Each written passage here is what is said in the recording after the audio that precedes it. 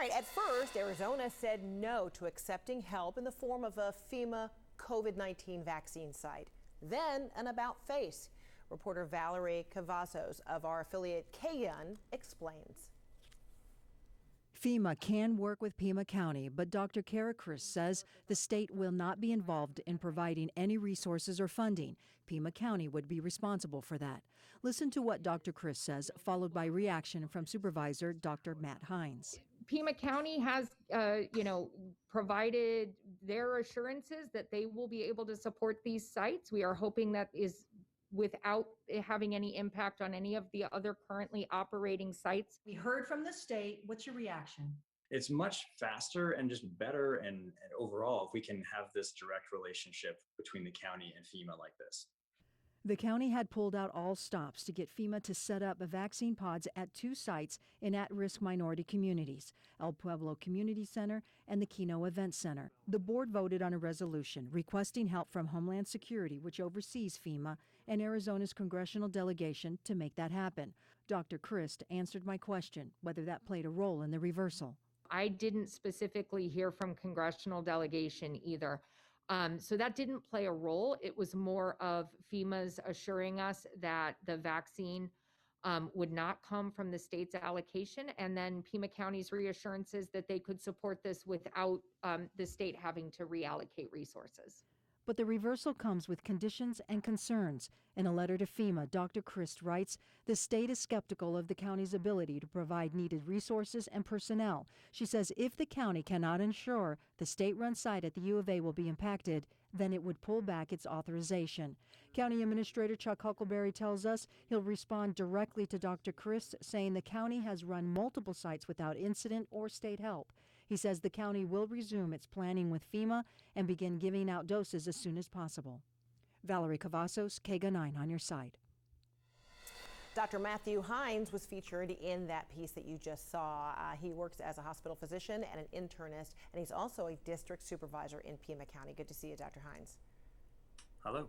All right, so how hopeful are you about this vaccine site provided by FEMA?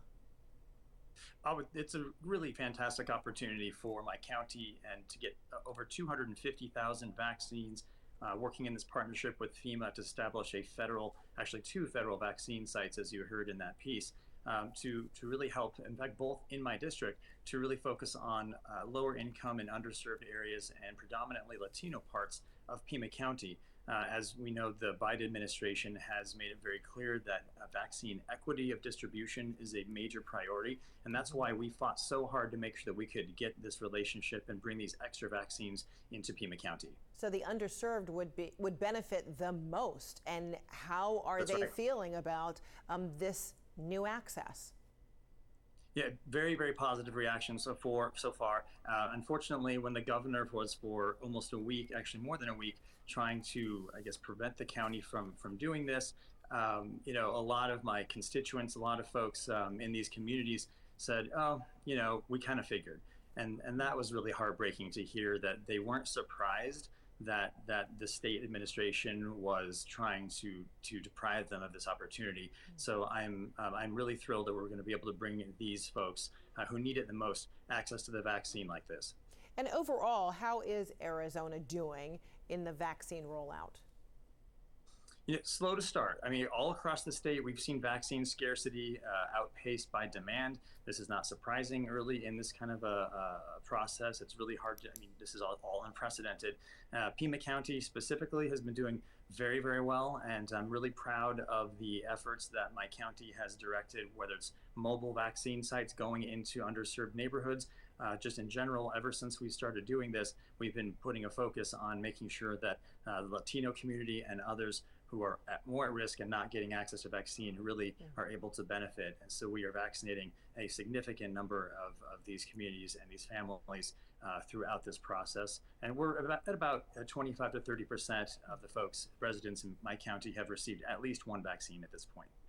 Michigan health authorities are reporting that they believe they're experiencing a third wave right now, a spike in COVID cases. How concerned are you about that trend perhaps being duplicated in your state potentially?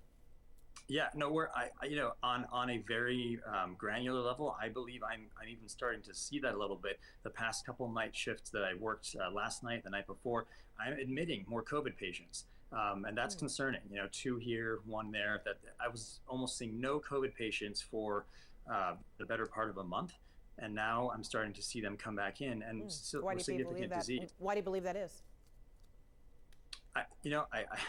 Frankly, the governor not on the FEMA issue, but the governor just this past Thursday attempted to roll back all of the local mask mandates and other public health mitigation efforts that cities and towns and counties across the state have been doing, including my own.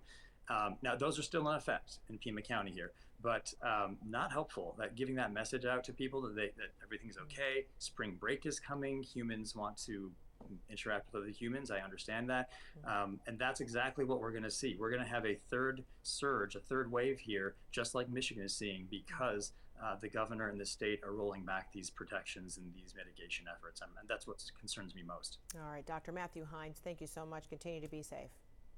Thank you.